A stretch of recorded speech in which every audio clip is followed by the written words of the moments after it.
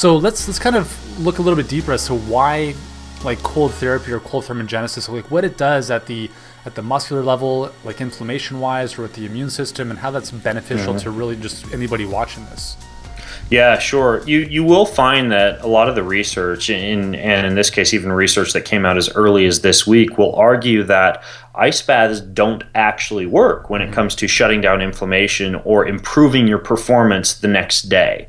And one of the flaws that I think takes place in many of those studies is they're being done on subjects who are not in a state of, in my opinion, a high enough amount of fatigue for those ice baths to have much of an effect. For example, the most recent study, they were simply fatiguing people's wrists, right? Like wrist flexion and wrist extension, and then submerging that wrist and forearm into cold water. And what they were observing was that there wasn't a decrease in inflammatory cytokines, and there was actually a loss of an improvement in muscular endurance and strength in the people who were doing that.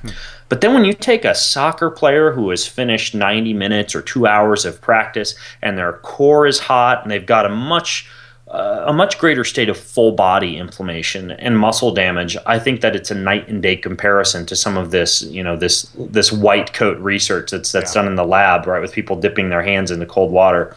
And in that case, you get a decrease in core temperature, which can help the body to heal a little bit faster. But interestingly, for people who are like exercising in the afternoon and the evening, that can enhance sleep, right, where a lot of neural repair and recovery takes place. One commonly known element of proper sleep hygiene is to make sure that your body is not all hot and sweaty before you go to bed. Keeping your room cool, but also doing something like a cold bath or a cold shower if you've had exercise in the later afternoon or the early evening is a good idea from that standpoint. From an inflammatory standpoint, absolutely. You can get greater removal of metabolic waste byproducts out of the intramuscular spaces, because what happens is you actually get that vasodilatory, vasoconstrictive effect, okay, assuming that you're doing the ice and getting out, and preferably you actually take a warm shower or something like that, right? So you come in hot, cold, then hot, and so you get that shuttling of inflammatory cytokines.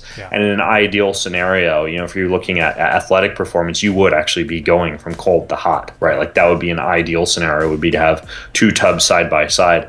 And that's the setup I have at my house, right? Like I have my cold pool and then my hot tub. So on a typical Wednesday, for example, I'll swim for 8 minutes in the cold water, get out, go to the hot tub, 2 minutes, back into the cold water, 8 minutes, and I'll go through that for a 30-minute protocol, right, 3 times through.